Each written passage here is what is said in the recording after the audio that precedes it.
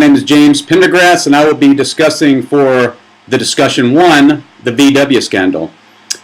September 2015, the EPA came in and found that VW cars sold in America were cheating emission requirements on their diesel engines.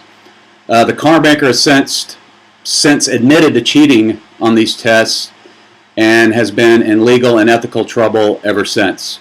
I chose this topic because right around 2015 I did have an Audi.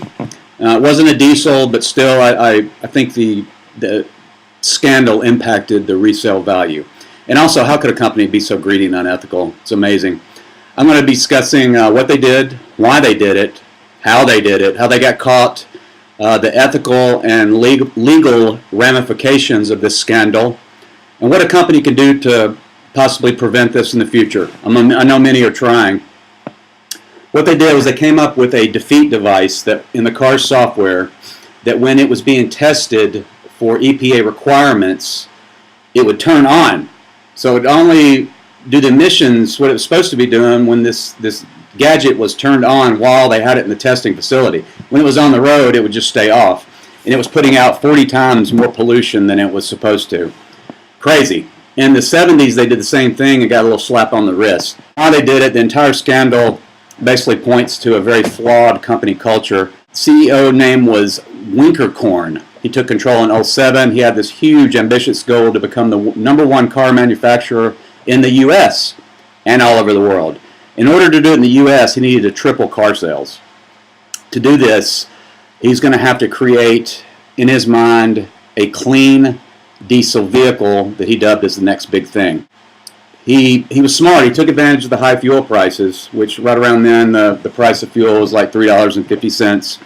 Also, everybody was really focused on the environment and global warming, etc. So people were buying environmentally friendly cars. They were paying a little extra too. They wanted this type of vehicle, but they didn't want to sacrifice power, performance, fuel economy, and price. So he gave this task to his engineers. Do it quickly.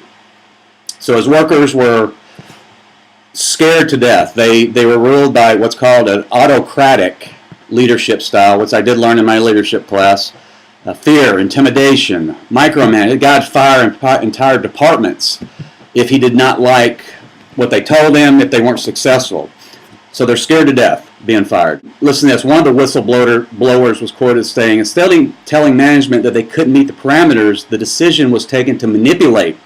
No one had the courage to admit failure. Moreover, the engine developers felt secure because there was no way of detecting the deceit with the testing technology that existed at the time.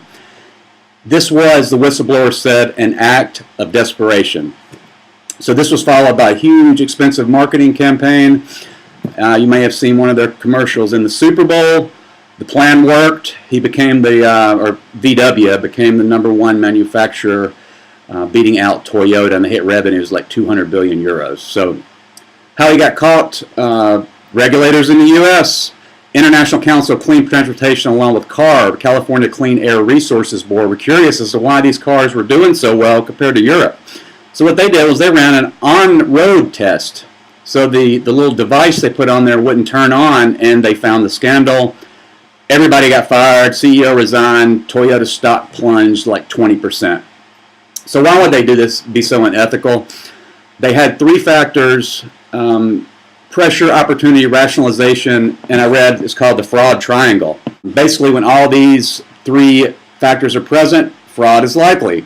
Pressure, they had pressure from top management, intense pressure. You get fired if you don't be successful and do what I say. Opportunity, the opportunity to cheat was there too. Coinciding with the directive by engineers, Bosch gave them this software to test only on an understanding that it would be used for internal testing only, as using it to the public would be illegal. Rationalization, the engineers knew in 1970 that they got away with it basically before. Like I said, it was like a $100,000 fine. So legally, they're in major trouble still. Shareholders are demanding a $9.2 billion payout over this, and individual lawsuits are flying everywhere. Not to mention the hit to VW's reputation. I don't think they're going to ever recover from that. What the companies in the future need to look at this and do is make sure that top management is walking the walk. Fundamental core values are being, to the letter. And the top must live those values every day. Thank you very much.